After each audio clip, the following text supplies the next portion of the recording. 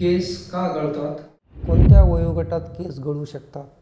खरंच एखादा शॅम्पू लावून केस गळणं थांबवता येईल का? किंवा कोणत्याही प्रकारचं आयुर्वेदिक तेल लावून केस वापस उगवता येईल का?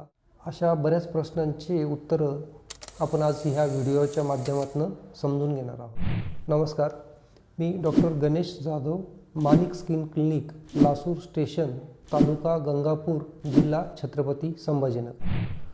केस गळण्याचे वेगवेगळ्या वयोगटात वेगवेगळे कारण आहेत. तर सर्वात पहिले जे प्रमुख कारण आहे केस गळण्याचं, ते कारण आहे न्यूट्रिशनल डिफिशियन्सी. न्यूट्रिशनल डिफिशियन्सी म्हणजे आपल्या शरीरामध्ये महत्त्वाचे जे टॉनिकचे घटक आहेत त्यांची कमतरता होणे.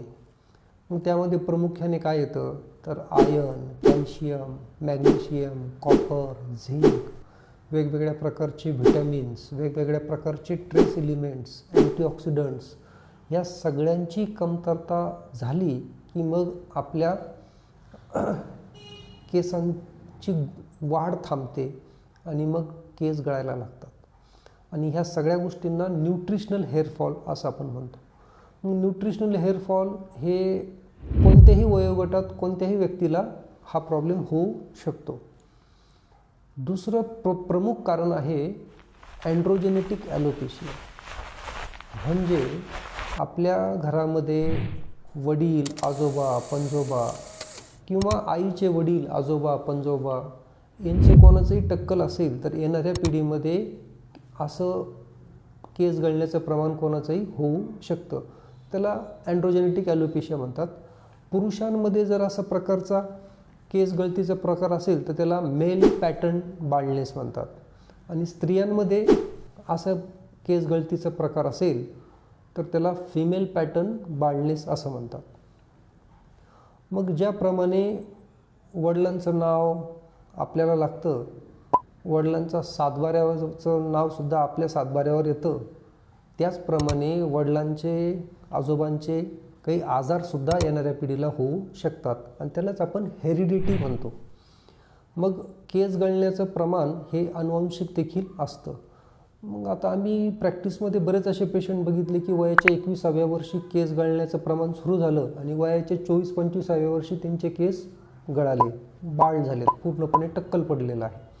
असे देखील रुग्ण आहेत, असे देखील पेशंट आहेत. दुसरं प्रमुख कारण आहे आपल्याला एखादं मेजर सर्जरी झाली, काही ऑपरेशन झालं किंवा आपण दीर्घकाळ हॉस्पिटलाइज ॲडमिट राहिलो आणि खूप सिव्हिअर अँटीबायोटिकचे इंजेक्शन्स घेतले, त्यावेळेलासुद्धा आपले केस गळू शकतात आणि त्याला टिलोजन इफ्लुजन फेज असा मी म्हणतो. चौथं प्रमुख कारण आहे PCOD, थायरॉईड. थायरॉईड नावाचा इथे एक ग्रंथी असते, थायरॉईड ग्लँड आपण त्याला म्हणतो. ह्या ग्रंथीचं काम कमी झालं किंवा जास्त झालं तरी देखील केस गळण्याचं प्रमाण होतं आणि वाढतं.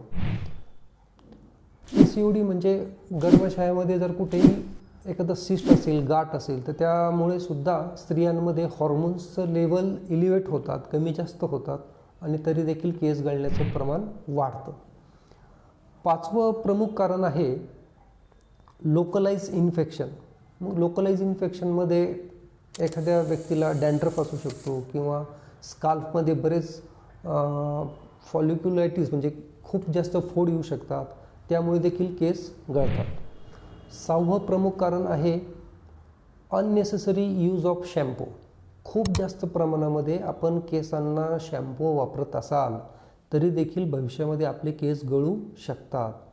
मग का गळू शकतात तर शॅम्पू म्हणजे ज्या ठिकाणी फेस होतो ते केमिकल असतो आणि त्या केमिकलमुळे काय होतं की आपल्या केसांमधलं किरॅटिन नावाचं जे प्रोटीन असतं तर त्या किरॅटिनच डॅमेज होतं आणि मग आपले केस खूप जास्त प्रमाणामध्ये गळतात.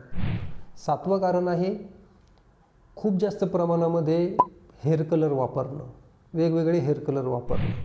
त्या हेअर कलरमुळे सुद्धा किरॅटिन डॅमेज होतं आणि केस गळतात. आता हे झालं केस गळण्याचे प्रमुख 7 ते 8 कारणं. मग आता यावरती उपचार काय आहे तर उपचार असा आहे की जे प्रमुख कारण डॉक्टरांना समजलं त्या अनुषंगाने ट्रीटमेंट करावी लागते. जर का न्यूट्रिशनल हेअरफॉल असेल तर आपल्याला त्या अनुषंगाने काही तपासण्या कराव्या लागतात की आपल्या शरीरामध्ये आयर्न लेवल्स व्यवस्थित आहेत का, कॅल्शियम लेवल व्यवस्थित आहे का, व्हिटॅमिन D3 लेवल व्यवस्थित आहे का, आणि मग ज्या गोष्टीची कमतरता असेल त्या अनुषंगाने आपल्याला ट्रीटमेंट करावी लागते. आता दुसरं प्रमुख जे कारण आहे ते आहे अँड्रोजेनेटिक ॲलोपेशिया. जर वडील आजोबा यांचं टक्कल पडलेलं असेल तर येणाऱ्या पिढीमध्ये सुद्धा टक्कल पडणार आहे. मग आता यावरती काय योग्य ते ट्रीटमेंट आहे?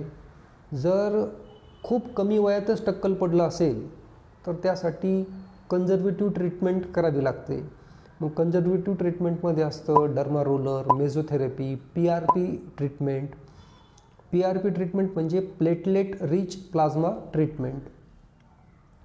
आणि यामध्ये पण जर नाही कंट्रोल झालं तर मग सगळ्यात लास्ट ऑप्शन असतं हेअर ट्रान्सप्लांट, केशरोपण शस्त्रक्रिया.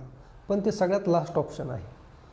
त्यानंतर जे प्रमुख कारणं आहेत, थायरॉईड ग्रंथीचं काम कमी जास्त झालं असेल तर आपल्याला पहिले थायरॉईड ग्रंथीचे लेवल्स नॉर्मल करावे लागतात. पहिली ती ट्रीटमेंट घ्यावी लागते आणि सोबतच केस गळती थांबण्यासाठी ट्रीटमेंट घ्यावी लागते. तर हे आहे प्रमुख गोष्टी. आता बरेच रुग्ण आम्हाला असं विचारतात की आम्ही ट्रीटमेंट घेतल्यानंतर 100% केस उगतील का? तर ह्या गोष्टीवरती याचं उत्तर असं आहे की हॉर्मोन्सची गॅरंटी देता येत नाही. आपल्याला आजाराच्या संदर्भात गॅरंटी देता येते की हा आजार आहे तो बरा होईल, इतक्या दिवसात बरा होईल, पण हॉर्मोन्सशी निगडीत गॅरंटी देता येत नाही. काही रुग्ण म्हणतात की किती पण पैसे लागू द्या डॉक्टर, आमचे केस उगवा. असं होत नाही. जगामध्ये खूप पैसेवाले लोक आहेत आणि जर पैशानेच केस वापस उगले असते तर जगामध्ये कोणीच टकलं राहिलं नसतं. पण आपल्या हातामध्ये जे आहे की खूप अर्ली ॲडव्हान्स स्टेजमध्ये जायच्या पहिले अर्ली स्टेजला जर आपण योग्य ती ट्रीटमेंट घेतली, त्यामध्ये conservative treatment plus PRP treatment किंवा डर्मा रोलर, मेझोथेरपी ट्रीटमेंट, तर या ट्रीटमेंटनी आपलं टक्कल पडण्याचं प्रमाण आपण पुढे ढकलू शकतो आणि आपल्याला जे केस पाहिजेत, जे आहेत ते आपण टिकवू शकतो. तर ह्या बेसिक ज्या गोष्टी आहेत, मला असं वाटलं की हे सगळ्या रुग्णांना समजणं खूप गरजेचं आहे. खूप स्ट्रेस घ्यायचा नाही. स्ट्रेसमुळे देखील खूप जास्त केस गळतात. जर आपल्याला काही व्यसन असेल तर त्या व्यसनामुळे सुद्धा केस गळण्याची शक्यता जास्त असते. म्हणून निरोगी राहा, आनंदी राहा, स्ट्रेस फ्री राहा आणि केस गळताय म्हणून टेन्शन घेऊ नका. जर तुम्ही टेन्शन घेतलं तर आणखी केस गळणार आहेत.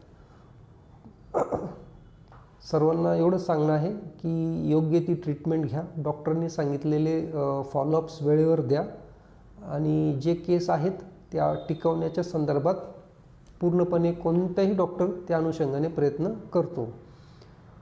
जेव्हाही आपल्याला वेळ भेटेल, संधी भेटेल, आपण निसर्ग संवर्धन करू, झाडे लावूयात, झाडे जगवूयात. आणि तसेच खूप कमी वयामध्ये केस का पांढरे होतात, त्याचे काय वेगवेगळे कारणं आहेत या संदर्भात पण मी एक व्हिडिओ अपलोड केलेला आहे. तुम्हाला केस का पांढरे होतात हे समजून घ्यायचं असेल तर त्या व्हिडिओवरती जाऊन तुम्ही बघा. तुम्हाला आणखी केसांच्या संदर्भात काही समस्या असतील, काही प्रश्न असतील तर तुम्ही मला कमेंटमध्ये नक्की विचारा. धन्यवाद.